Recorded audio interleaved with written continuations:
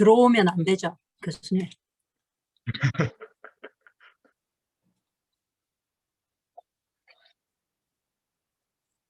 네, 신 교수님 들어오시면 쫓아내도록 하겠습니다. 오늘은 우리 박영찬 교수님의, 선생님의 기대되는 두 번째 강의가 되겠습니다. 헤파토레날 신드롬과 카디오레날 신드롬이요. 제가 미국 학회 갔더니 카디오레날 신드롬에 대한 연구회가 따로 있더라고요. 네. 오늘 기대되는 내용입니다. 들어보도록 하겠습니다. 박영찬 선생님 부탁드릴게요. 네. 제가 이 주제를 준비한 거는 이제 응급실이나 이제 입원 환자 협진 볼 때 인트린직 AKI나 포스트 레날 AKI 같은 경우에는 매니지나 투석 필요성 결정하는 과정이 큰 흐름이 비슷하고 많이 어렵진 않았는데 이제 환자를 보다 보니 어드밴스드 시로시스라든지 헤파틱 페일리어, 하트 페일리어가 어드밴스 스테이지로 진행된 경우에는 이제 클리니컬 디시전이 좀 다른 환자분들보다 많이 어려웠던 것 같습니다.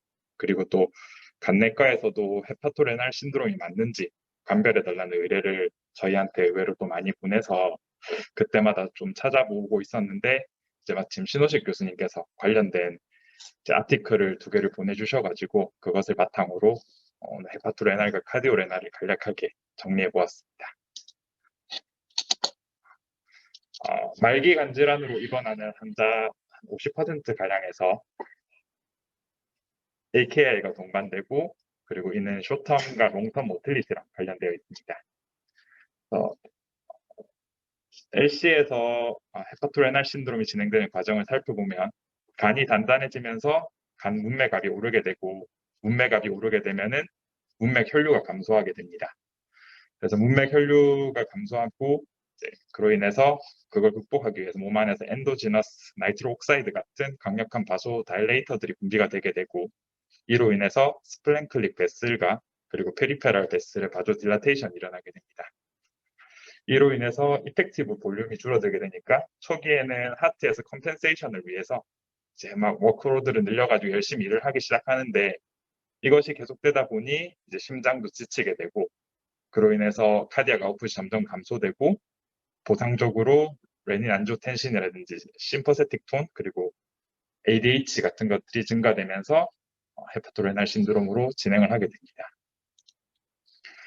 제가 전공의 4년차 때 우리 동기들한테 보드 리뷰 준비를 하면서 간내과 파트 강의를 맡아가지고 이제 리버시로시스 강의를 할 때 설명했던 그림인데 리버시로시스 환자 초기부터 스플랭클릭 아트리얼 바조 딜라테이션이 시작되고 그리고 시스테믹 베스큘러 리지스턴스가 감소되게 됩니다. 그런데 아까 말씀드렸다시피 카디악 아웃풋이 같이 따라서 증가를 하면서 이펙티브 볼륨이 유지가 되지만 결국에는 시로틱 카디오마이오패시로 진행을 하면서 카디악 아웃풋이 감소가 되게 되고 그와 함께 익스트라 스플랭크닉 바조 컨스트릭션과 레닌 안지오텐신이라든지 ADH 분비가 증가되면서 결국에는 타입 2 헤파토레날 신드롬과 같은 컴플리케이션들이 생기게 됩니다. 프리레날 AKI는 입원 환자에서 가장 흔하게 동반되는 AKI이고 그 중에서 한 3분의 1가량이 헤파토레날 신드롬 때문이라고 되어 있고요. 이런 환자들에서 AKI를 빠르게 진단하는 것이 결국에는 예후와 관련되어 있기 때문에 실험 크레아틴뿐만 아니라 FNA, 시스타틴C, 그리고 엔갈, 키몬 같은 다양한 바이오마커들이 사용될 수가 있겠습니다. 그런데 이제 리버시로시스 환자에서 GFR을 구할 때 실험 크레아틴의 의미가 많이 떨어지게 되는데 이는 리버에서 크레아틴인 생성이 많이 감소되고 그리고 머슬 웨이스팅이라든지 환자가 볼륨 오버로드가 되면서 라지 볼륨이 디스트리뷰션 되면서 실험 크레아틴인이 낮게 측정되고 이로 인해서 EGFR이 오버 에스티메이션 되는 경향이 있습니다. 그리고 엔갈이라든지 키몬 같은 바이오마커들은 튜블러 인저리에 조금 더 특화된 마커들이기 때문에 리버시로시스에서 아주 큰 임상적인 의미를 갖기가 힘들고 시스타틴 C 같은 경우에도 시로시스 환자에서 에비던스가 조금 부족하다고 되어 있었습니다. GFR을 구하는 방식이 여러 가지가 있는데 근데 우리가 일반적으로 이제 병원에서도 랩에 나와 있는 estimated eGFR 같은 경우에는 특히 GFR 40 미만의 시로시스 환자에서는 실제 GFR보다 오버에스티메이션 되는 경향이 강하고 그렇기 때문에 추가로 이제 그 eGFR을 계산해 볼 수 있는 공식이 이제 MDRD6라고 해서 일반적인 MDRD 공식에 BUN과 알부민이라는 항목을 추가해 봤더니 지금까지 나와 있던 크레아틴 베이스드 에퀘이션들 중에서 가장 그래도 GFR을 정확하게 맞추더라 이렇게 되어 있었고, CKD-EPI 같은 경우에도 시스타틴 C를 베이스로 했더니 일반적인 크레아틴 베이스드 에퀘이션보다 훨씬 더 정확도를 보였습니다. 그리고 그레이 에퀘이션이라고 해서 단일 기간에서 한 10,000개 정도 샘플을 가지고 MDRD6와 이 그레이 에퀘이션을 통해서 GFR을 구해서 비교를 해봤더니 GFR 30 미만의 환자를 그레이 에퀘이션에서 한 75%, MDRD6는 52% 정도로 디텍트해서 그레이 에퀘이션이 조금 더 많은 환자들을 디텍트할 수 있어서 이 또한 앞으로 연구가 필요하겠지만 리버 시로시스 환자에서 GFR을 계산할 때 유용하게 쓰일 수 있을 것 같습니다. 그래서 제가 예를 들어서 50세 여자 한국인으로 우리 리버 시로시스 환자에서 많이 보이는 뷰엔 크라티닌, 뷰엔이 많이 상승되어 있고 크레아틴은 감소되고 알부민 낮은 환자를 GFR을 예를 들어서 계산을 해봤을 때 일반적인 MDRD 공식으로는 이런 환자가 GFR이 39로 계산이 됐는데 MDRD6를 적용했더니 GFR이 27, 그리고 그레일에 적용했더니 23으로 측정되어서 GFR 30 미만의 환자, 특히 리버 시로시스 환자는 크레아티닌이 작게 측정되어서 GFR이 오버에스티메이션 되는 경향이 있기 때문에 협진 환자를 보거나 응급실에서 환자를 볼 때 이런 것들을 이용해서 조금 더 GFR을 다시 한번 확인해 볼 필요는 있겠다 이렇게 생각을 했습니다. KDIGO에 따른 AKI는 이제 크레아티닌 기준과 유린 아웃풋 기준으로 이렇게 분류를 할 수가 있겠고 두 개 중에서 조금 더 시비어리티가 높은 쪽으로 해서 AKI 스테이지를 나누고 있습니다.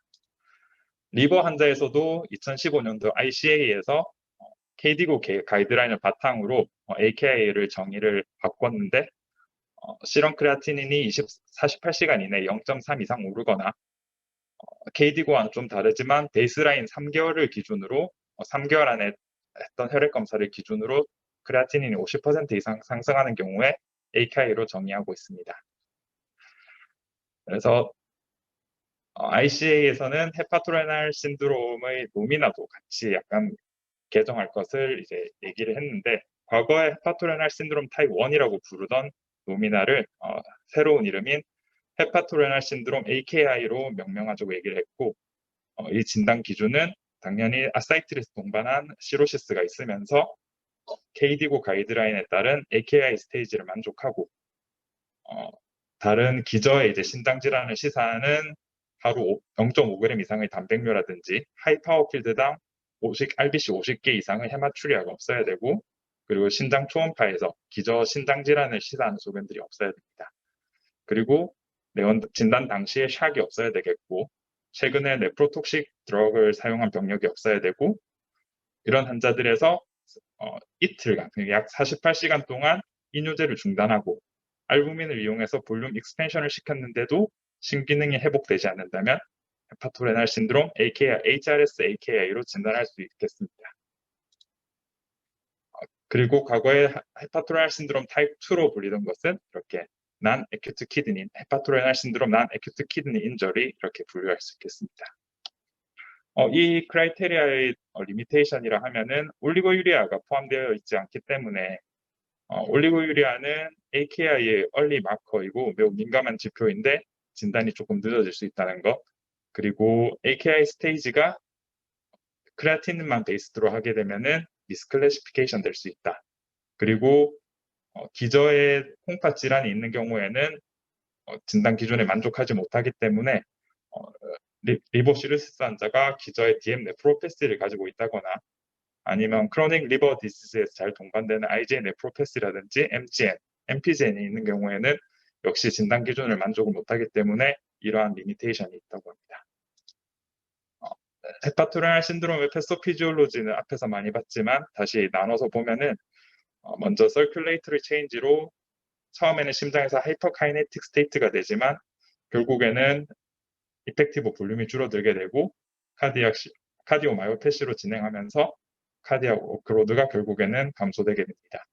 그리고 시스테믹 인플레메이션도 증가돼서 문매감이 상승하면서 박테리얼 트랜스로케이션이 생기고 이로 인해서 인플레메이터리 사이토카인 분비가 증가되게 되고 키드니 팩터로는 신장으로 가는 레날 아터리의 컨스트럭션과 함께 그리고 키드니 오토 레귤레이션이 감소되게 되면서 결국에는 GFR 감소와 유린 아웃풋의 감소로 나타나게 됩니다. 그래서 이 과정에서 이제 GI 블리딩이라든지 이뇨제 사용 등으로 이펙티브 볼륨이 더욱 감소되고 인펙션으로 이펙티브 볼륨이 더욱 감소되고 박테리얼 트랜스로케이션으로 인플레메이터리 사이토카인이 더욱 활성화되고 시로틱 카디오마이오패시로 컨트랙틸리티가 감소되는 상황에서 환자가 베릭스 블리딩으로 인데놀과 같은 난 셀렉티브 베타 블로커를 복용하고 있다면 카디악 아웃풋이 더욱 감소하게 되고 이러한 이펙티브 볼륨과 카디악 컨트랙틸리 감소는 레날 블러드 플로우 감소와 동반되어 헤파토레날 신드롬 AKI를 유발하게 됩니다.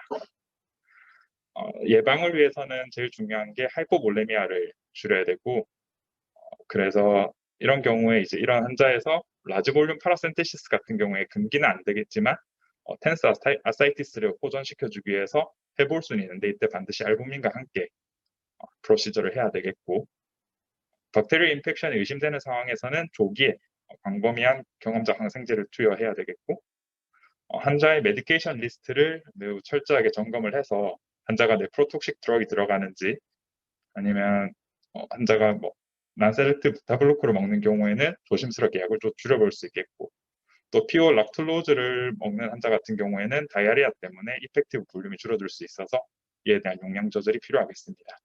그리고 디컴펜세이티드 시로시스 환자에서 롱텀하게 알부민을 투여했더니 SBP와 같은 박테리얼 인펙션도 줄어들었고 헤파토레날 신드롬도 예방 효과가 있었고 서바이벌 베너핏도 있었습니다. 알부민은 헤파토레날 신드롬의 치료와 진단과 치료에 있어서 모두 매우 중요한 약제이고 단순히 볼륨 익스팬더로만 작용하는 것이 아니라 나이트릴 옥사이드라든지 IL-6, TNF-알파와 같은 바조다일레이터랑 결합을 해서 페리페럴 베스큘러 리지스턴스를 증가시켜주고 그리고 SBP 환자에서 알부민을 투여했더니 플라즈마와 아사이틱 플루이드에서 인플레메이터리 마커가 감소되었다는 연구도 있었습니다. 그리고 모든 이뇨제는 진단 당시에 바로 중단을 해야 되겠고 특히 스피로놀락톤 같은 경우에는 하이퍼칼레미아의 리스크가 있기 때문에 금기가 되겠습니다. 알부민과 함께 반드시 투여해야 될 약제가 바소콘스트릭터인데 이제 텔리프레신이 저희 우리나라에서는 드러그 오브 초이스로 되어 있고 가장 효과가 좋은 것으로 되어 있습니다. 텔리프레신은 바소프레신 아날로그로서 4시간에서 6시간마다 1mg을 투여할 수 있겠고 반응이 없는 경우에는 2mg으로 증량해서 투여할 수가 있겠습니다. 이 경우에 펄모너 이데마가 악화될 수가 있겠고 금기가 중요한데 이스케믹 하트 디지즈가 있다거나 아니면 뇌혈관 질환이라든지 말초혈관 그리고 바울 이스케미아가 있는 경우에는 금기가 되겠습니다. 이 외에도 노르아드레날린이라든지 마이도드린과 옥트리오타이드를 이용한 치료도 있는데 알부민과 털리프레신이 효과가 45에서 한 70%, 75% 정도로 가장 뛰어나고 나머지 약제는 약간 좀 지금까지 데이터가 좀 부족한 것으로 되어 있고 미국이나 이제 북미에서 나오는 데이터들을 보면 알부민이나 노르아드레날린이 효과가 매우 뛰어난 것으로 되어 있는데 간내과 교수님께 문의를 해보니 아직 그쪽은 털리프레신이 보험이 안 돼서 데이터들이 이게 우수한 것처럼 나오지만 실제로는 드러그 오브 초이스는 털리프레신이다 이렇게 말씀하셨습니다. 그래서 모든 바소콘스트릭터는 25% 알부민과 함께 줘야 됩니다. 그리고 처음에는 kg당 1g을 이틀간 써보고 이후에 하루 20에서 40g 정도를 써볼 수가 있겠고 털리프레신을 쓰게 되면은 처음에 포털 하이퍼텐전 때문에 생겼던 혈관 확장들이 바조 컨스트릭션 되면서 스플랭크닉 베슬과 시스테믹 베슬이 수축을 하게 되고 그러면서 리버시로시스의 이제 근간이 되는 포털 하이퍼텐전이 보존되게 되면서 시스테믹 하이모다이내믹이 좋아지고 레날 퍼퓨전 프레셔가 좋아지면서 헤파토레날 신드롬이 보존을 보이게 된다고 합니다. 우리나라 보험 기준 같은 경우는 이렇게 되어 있고 이거는 2021년도 NEJM에 실린 플로렌스 황이 쓴 논문인데 이분이 리버 시로시스의 대가라고 제가 들었었는데 이 연구 같은 경우에는 폴리프레션을 쓴 환자 199명과 플라세보 101명을 이제 비교를 했었고 서브그룹을 보면 나이, 성별, 기저간 질환, 멜드 스코어에서는 큰 차이가 없었습니다. 프라이머리 엔드 포인트는 헤파토레날 신드롬을 리버설로 했고 기준은 다음과 같았고 클리니컬 석세스를 보시면 32%대 17%도 털리프레신 그룹이 더 좋은 결과를 보였습니다. SIRS를 동반한 헤파토레날 신드롬의 경우에는 플라세보에 비해서 털리프레신을 투여한 경우는 큰 차이가 없었는데 플라세보 그룹에서는 없는 것과 비교해서 나쁜 여우를 보였고 아마 이는 털리프레신 투여로 포탈 하이퍼텐전이 좋아지면서 박테리얼 트랜스로케이션이 감소되고 인플레메이터리 사이토카인 분비도 줄어든 것으로 보입니다. 30일, 60일, 90일 기준 헤파토레날 신드롬 리버설도 분명했고 간이식을 받은 경우는 털리프레신 그룹에 비해서 조금 적었고 하지만 90일 서바이벌은 플라세보랑 비교해서 오히려 조금 더 나쁘거나 개선시키지 못했고 결국에는 털리프레신과 알부민 치료는 리날 아웃컴은 개선시키지만 어드밴스드 LC의 궁극적인 치료는 되지 못하고 결국 환자는 LC의 다른 컴플리케이션들도 사망하게 되고 결국에는 환자는 LT가 필요함을 알 수가 있었습니다. 팁스라든지 RRT 같은 경우도 치료가 될 수 있는데 간이식을 받지 않을 예정인 환자가 헤파토레날 신드롬 환자 같은 경우에는 RRT의 필요성에 대해서는 아직 컨트로버시가 있다고 하고 멀티오건 페일리어가 환자 모털리티의 가장 중요한 예측인자이기 때문에 환자가 볼륨 오버로드가 생기기 전에 그리고 AKI로 인한 다른 organ의 컴플리케이션이 생기기 전에 RRT를 고려해 볼 수는 있겠고 만약에 RRT를 하게 된다면 헤모다이나믹하게 가장 스테이블한 CRRT가 초이스가 될 수 있겠습니다. 그리고 간이식을 하는 도중에 인트라오퍼러티브 RRT 같은 경우에도 베너핏이 있을 것이다 이렇게 예상하고 있고 앞으로 이에 대한 연구가 더 필요할 것 같습니다. 헤파토레날 신드롬의 궁극적인 치료는 간이식인데 다음과 같이 신장 기능이 매우 감소되어 있거나 아니면 하이포옥살유리아라든지 에이타이피컬 HUS 같은 메타볼릭 디지즈를 동반한 경우에는 간이식과 함께 신장이식을 동시에 진행하는 것을 고려해야 하겠습니다. 다음은 카디오레날 신드롬에 대해서 살펴보겠습니다. 2004년에 처음으로 카디오리날 신드롬이라는 노미나가 공식적으로 사용되었고 키드니와 서큘레이 시스템의 상호작용으로 블러드 볼륨이 증가되고 이로 인해 허트 페일리어가 어그레베이션 되는 것을 처음에는 의미를 했습니다. 그런데 몇 년 뒤에 카디오리날 신드롬은 프라이머리 코즈에 따라서 카디오리날 그리고 리노카디악 두 가지 메인 그룹으로 나뉘었고 2008년에 5가지 타입으로 분류가 되어서 에큐트는 타입 1, 3, 그리고 크로닉은 타입 2, 4, 그리고 전신질환에 의한 카디오리날 신드롬인 타입 5로 분류가 되었습니다. 타입 1 카디오리날 신드롬은 에큐트 카디오리날 신드롬이고 에큐트 코로너리 신드롬이나 코드 럽처 같이 에큐트한 하트 페일리어가 생겼을 때 AKI가 생기는 것을 의미하고 타입 2의 경우에는 롱 스탠딩 타입 1이 크로닉 리날 하이포퍼퓨전과 리날 컨지스턴을 유발해서 리날 파이브로시스를 유발하는 것을 의미합니다. 그 타입 3 같은 경우에는 AKI가 에큐트 하트 페일리어를 유발하는 것이고 AKI에 동반된 볼륨 오버로드 그리고 메타볼릭 애시도시스 하이퍼칼레미아, 하이포칼세미아가 하트 페일리어를 어그라베이션 시킬 수가 있겠고 타입 4 같은 경우에는 크로닉 볼륨 오버로드와 헤모다이내믹 체인지로 인해서 CKD 환자에서 크로닉 하트 페일리어가 생기는 것을 의미합니다. 타입 1 카디오리날 신드롬은 당연히 시스톨릭 하트 페일리어가 있는 경우에는 리날 블러드 플로우가 감소되기 때문에 당연히 리날 펑션이 감소되게 될 텐데 시스톨릭 펑션이 괜찮은 다이아스톨릭 하트 페일리어에서도 이런 환자들은 CVP가 오르게 되고 결국에는 리날 비너스 컨제스션이 생기면서 리날 아트리얼 비너스 프레셔 그레디언트가 유지가 되지 않게 되고 이로 인해서 결국엔 리날 블러드 플로우가 감소되면서 리날 펑션이 감소될 수가 있겠습니다. 타입 1 카디오리날 신드롬 같은 경우에는 조기 진단이 매우 어렵고 에코에서 에큐트하게 하트 페일리어를 시사하는 소견이 있으면서 신장 초음파에서 신장 크기라든지 에코는 괜찮은데 칼라 도플러에서 RI 인덱스가 증가되어 있는 경우에 타입 1 카디오리날 신드롬을 의심해 볼 수 있겠는데 이는 매우 비특이적이라서 다른 바이오마커들이 조금 더 필요할 것 같습니다. 타입 2 카디오리날 신드롬 같은 경우에는 앞에서 말씀드렸고 CKD 환자에서는 하트밸류 환자의 한 45%, 63%에서 CKD가 동반된 만큼 타입 2 카디오리날 신드롬은 매우 흔하다고 할 수 있겠습니다.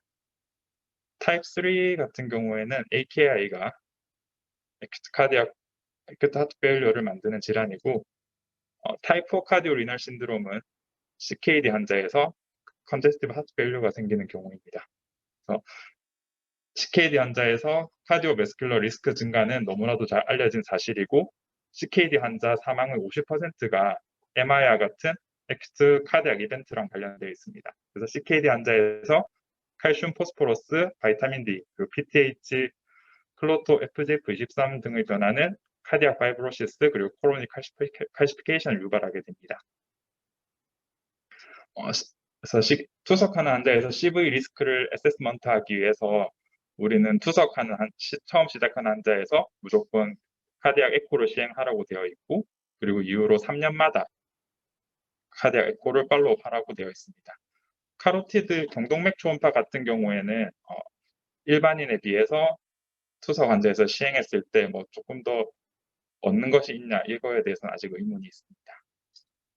이미지 워크업 말고 바이오마커로 쓸 수 있는 것들이 트로포닌과 BMP, CRP 이런 것들이 있는데 이 마커들이 상승되었을 때 어드버스 아웃컴과 관련은 되어 있지만 진단적 가치는 매우 떨어집니다. 그 이유는 이제 트로포닌이라든지 BMP 이런 지표들은 리날 펑션과 같은 다른 인자들에게서 영향을 많이 받기 때문입니다. 그래서 솔루블 ST2라는 것이 있는데 카디악 리모델링 파이브로시스와 관련된 ST2라는 새로운 바이오마커가 발견되었고 트로포닌이나 BMP에 비해서 CKD 환자에서 CVD 리스크 예측에 더 유용할 것으로 보고 있습니다. ST2는 두 가지 형태로 존재하는데 하나는 멤브레인 바운드 폼이고 하나는 솔루블 폼입니다. 그래서 멤브레인 바운드 폼은 펑셔널 리간드인 IL33과 결합해서 카디오 프로텍티브 작용을 하게 되는데 솔루블 ST2 같은 경우에는 이에 대해서 카운터 레귤레이터리 이펙트를 보여서 IL33에 경쟁적으로 결합해서 카디오 프로텍티브 시그널링을 불가능하게 합니다. 그래서 이 환자에서 솔루블 무증상 투석 환자에서 솔루블 ST2와 심초음파 LV 프로파일을 비교했더니 솔루블 ST2가 높을수록 LV 매스라든지 다이아스톨릭 벌징이 심해졌고 EF가 감소되는 양상을 보였습니다. 그리고 CV 이벤트와의 관계에서도 BMP에 비해 더 관련성이 있더라 하는 결과를 보였습니다. 그리고 솔루블 ST2는 GFR 변화라든지 투석에 의한 영향을 상대적으로 덜 받게 되고 서바이벌과도 관련성을 보였습니다. 그래서 앞으로 무증상 투석 환자에서 CV 리스크를 예측하고 모니터링하는데 사용될 수 있지 않을까 기대해 봅니다. 타입 5 카디오리날 신드롬은 sepsis라든지 헤파토리날 신드롬과 같이 정신질환에 의해서 신장이 나빠지는 것을 분류하고 이렇게 지금까지 카디오리날 신드롬 5가지 분류를 살펴보았는데 서로 오버랩되어 있는 경우도 많고 특히 타입 2나 4 같은 경우에는 하트가 오리진인지 키드니가 오리진인지 감별하기 어려워서 서브타입이 무엇인지는 크게 의미는 없겠고 심장과 콩팥은 불가분의 관계다 이렇게 정리할 수 있겠습니다. 카디오리날 신드롬의 치료는 먼저 LV 어시스팅 디바이스가 있겠는데 LV 어시스팅 디바이스는 두 가지 목적으로 씁니다. 먼저는 심장 이슈로 가는 브리지 세러피가 될 수도 있겠고 아니면 이 자체가 데스티네이션 세러피가 될 수도 있겠는데 LV 어시스팅 디바이스는 현재까지 3세대가 개발되었다고 하고 엔드 스테이지 핫페일류 환자에서 메디컬 세러피를 계속하는 것보다 LV 어시스팅 디바이스를 넣었더니 서바이브 베너핏이 증명된 이유로 많은 센터에서 2세대, 3세대 LV 어시스팅 디바이스를 넣고 있다고 합니다.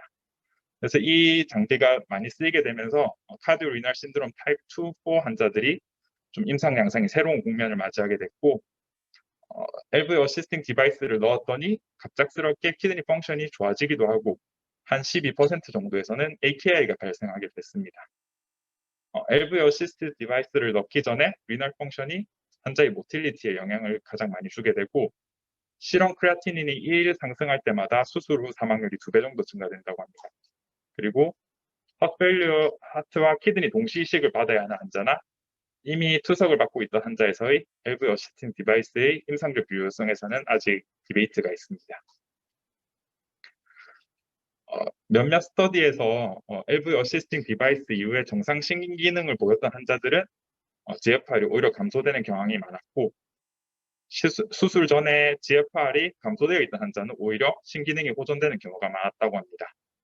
LV 어시스팅 디바이스 이후 급성 신손상의 원인은 첫 번째는 서지컬 스트레스라든지 인펙션, 그리고 수술 이후 헤몰라이시스 이런 것들이 있겠고 엔드 스테이지 헛밸류 환자에서 카디악 카캑시라든지 머슬 웨이스팅 등으로 수술 전에 GFR이 오버 에스티메이션 되어 있었을 가능성도 있겠습니다.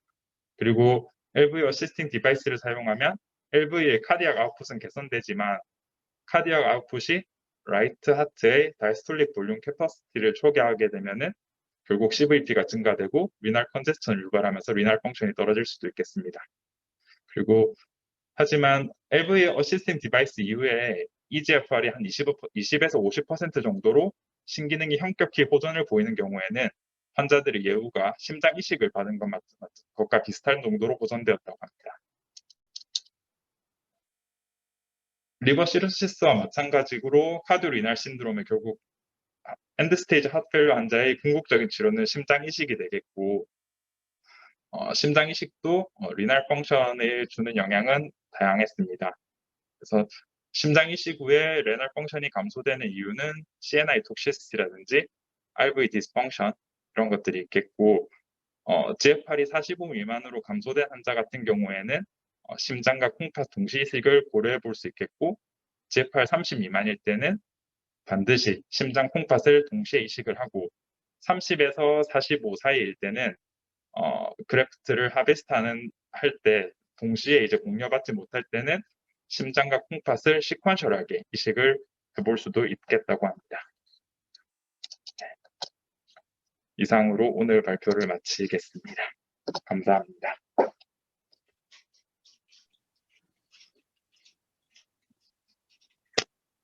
곧 나가야 되지만 오늘 강의 굉장히 유익하게 잘 들었습니다.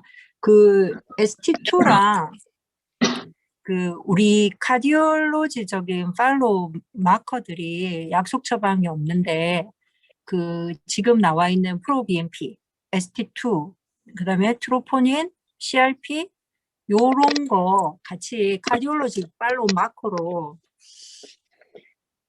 박영찬 선생님 그 과별 약속 처방 하나 좀 만들어 주세요. 지금 ST2도 처방이 가능하다고 하네요. 예, 교수님 맞습니다. 가격이 한 어느 정도예요? 그게? 그거는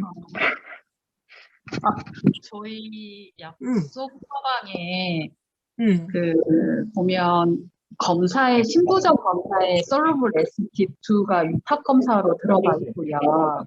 아, 신부전으로 돼 있어요? 네, 약속 공통 KI에 보면 1번 네. 검사에 제일 밑에 신부전 검사로 들어가 있거든요. 보험으로 하면 32,000원 정도 되고 보험이 안 되면 8만 원 정도 됩니다. 아, 그 보험 적용 그 인디케이션이 있어요? 그거는 정확하게 잘 모르겠는데 한번 그건 확인해 보겠습니다. 교수님. 이게 보험 처방 자체는 그냥 내는데 급여로 되는지 비급여로 처리가 되는지는 한번 확인을 해보겠습니다. ST2 프로 BNP 뭐 트로포닌 이게 다 같이 들어가 있어요. 그 약속 처방에? 솔루블 ST2하고 그다음에 프로비엔피 이렇게 두 개만 들어있습니다. 추가로 나머지 그럼 추가로 나머지 해가지고 사용하면 좋겠네요. 그 우리가 카디올로지 컴플리케이션이 참 많이 생기는데 이게 루틴한 팔로우 약속이 없었는데 오늘 들으면서 그거 하면 참 좋겠다는 생각은 드네요.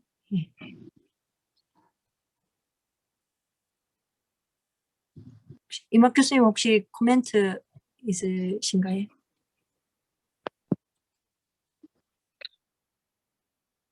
네.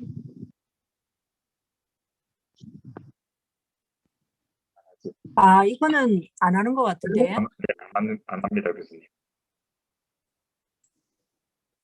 우리나라에서는 하나요? 네, 교수님, 다른 병원, 서울 쪽은 하는 것 같은데.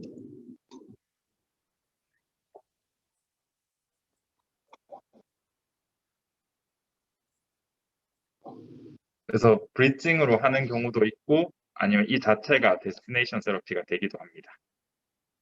네. 심장 이식은 워낙에 받기가 힘들어가지고 이 자체가 종착적인 치료가 되기도 한다고 되어 있었습니다. 네,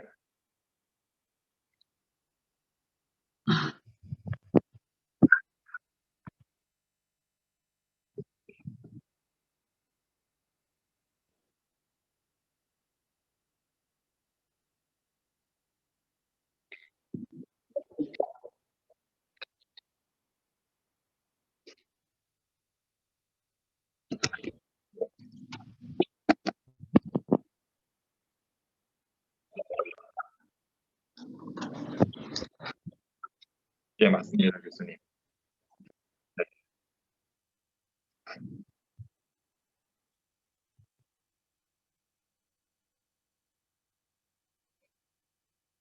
네.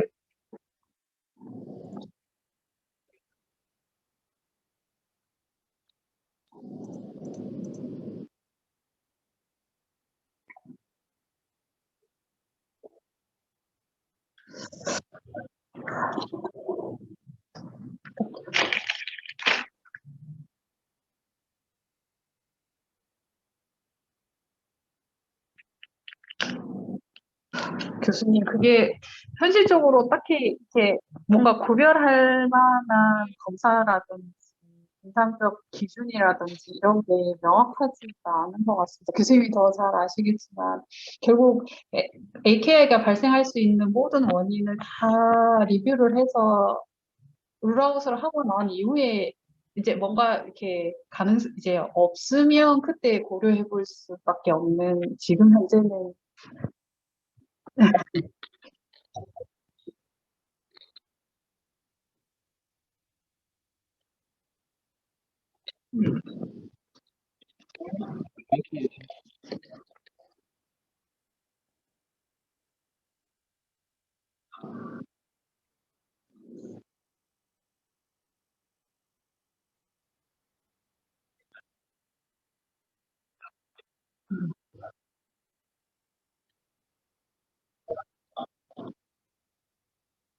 근데 이렇게 AKI가 온 환자들 같은 경우, LCO 환자들 같은 경우에 갑자기 어사이티스가 늘거나 이러면서 이뇨제가 대량 들어가면서 이제 생기는 경우가 너무 많아가지고 이 룰아웃 하기 위해서 끊고 볼륨 익스팬더 주고 하기에 조금 조심스러운 컨디션일 때도 조금 많아가지고요. 참 어려운 것 같습니다.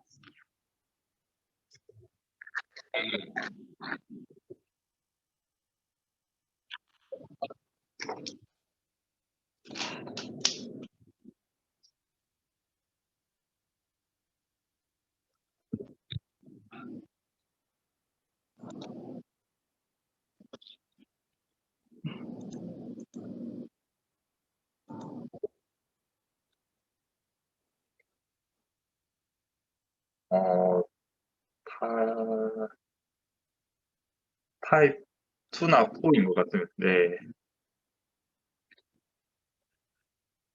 어, 제가 읽었던 거에는 인시던스에 대한 비교는 없는데, 제가 봤을 때는 2가 많은 것 같은데, 거기도 적혀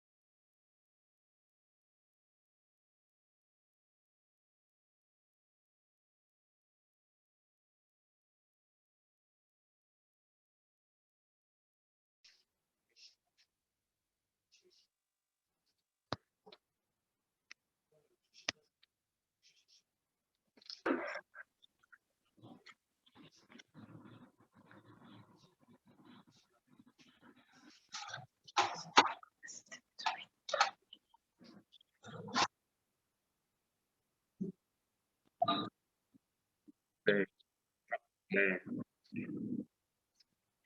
네.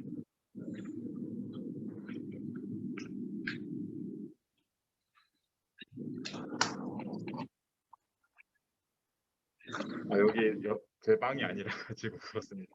네.